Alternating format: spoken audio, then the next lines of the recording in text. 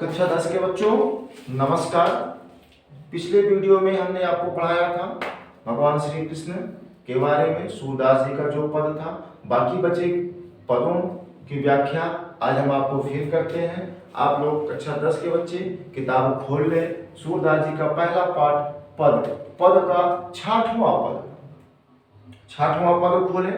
66वें पद में भाव पहले समझ लें। क्या कहा गया है कि जितनी भी गोपियां हैं राधा के साथ मिलके आपस में चर्चाएं कर रही हैं। क्या सखीरी मुरली लीजे चोरी, हे सखी चलो हम सब मिलके मुरली, भगवान श्री कृष्ण के मुरली को चुरा कर रख लें। जिन गोपाल कीन है अपने बस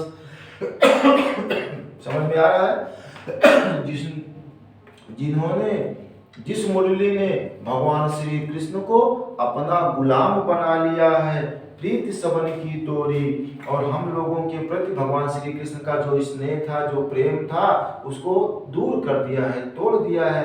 अब इससे सिद्ध हो रहा है भगवान श्री कृष्ण मुझसे कम प्रेम करते हैं, मुरली से ज्यादा करते हैं। क्यों? क्योंकि क्या देखा गोपियों ने, समझ में आ रहा है ना? क्या देखा?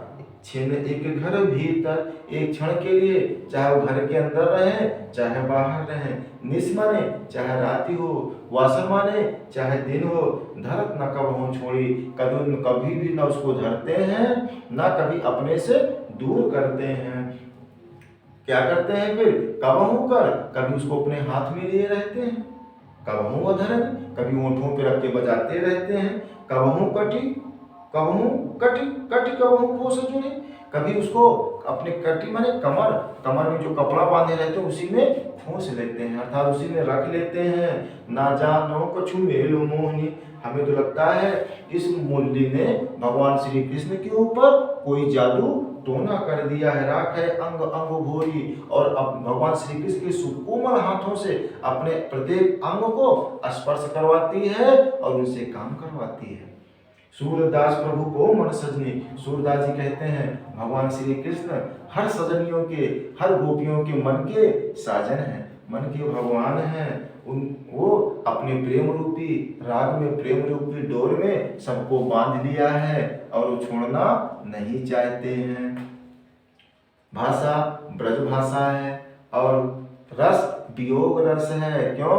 क्योंकि इसमें गोपियों की सौतन मुरली आ गई है, इसलिए भगवान श्री कृष्ण नायिका से क्या हो रहे हैं? दूर हो रहे हैं। अलंकार क्या है? कौन सा अलंकार? अनुप्रास अलंकार का प्रयोग किया गया है। अगला 7वां पद, ऊधो मोहि ब्रज बिसरत नाही। अब भगवान श्री कृष्ण ब्रज से मथुरा चले गए, वहां पे किसका? कंस का वध करने के लिए। कंस का वध भी कर दिया। वध करने के बाद एक दिन उद्धव, जो उनके परम मित्र थे, उद्धव के पास बैठे हुए हैं। अचानक उनको ब्रज की याद आ जाती है और वो उद्धव से कहते हैं, हे उद्धव, मैं उस ब्रज को भुला नहीं पा रहा हूँ। वृंदावन गोकुल वन उपवन, वह वृंदावन, वह गायों का कुल, वह वन, वह उपवन, सघन कुंज की छाई, और वहां पे जो गुंजाओं के वृक्ष थे उसकी छायाओं में हम लोग खेलते थे, वहीं रहते थे।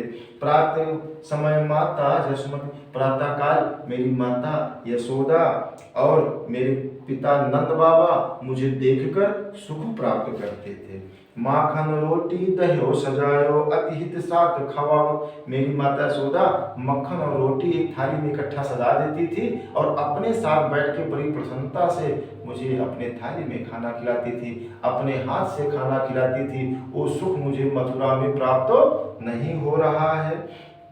और हम क्या करते थे उद्धव जी?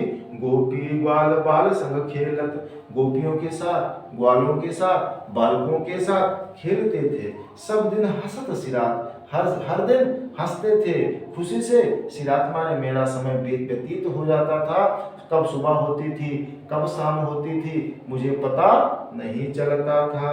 सूरदास धन धनी ब्रजवासी, सूरदास जी कहते हैं वो ब्रज के वासी, वो ब्रज रूपी नगर के लोग धन्य हैं, जिनको जिन सो हित जदुता माने भगवान श्री कृष्ण, जिनको भगवान श्री कृष्ण के साथ रहने का सुअवसर प्राप्त हुआ है। भाषा ब्रज भाषा, और रस वियोग रस का प्रयोग किया गया है। गुण माधुर्य गुण का है, और अलंकार में अनुप्रास अलंकार का प्रयोग किया गया है। बच्चों, अगर ये वीडियो अच्छा लगा हो लाइक और शेयर करें। अगले वीडियो में हम बाकी के पदों को फिर व्याख्या करेंगे। तब तक के लिए नमस्कार।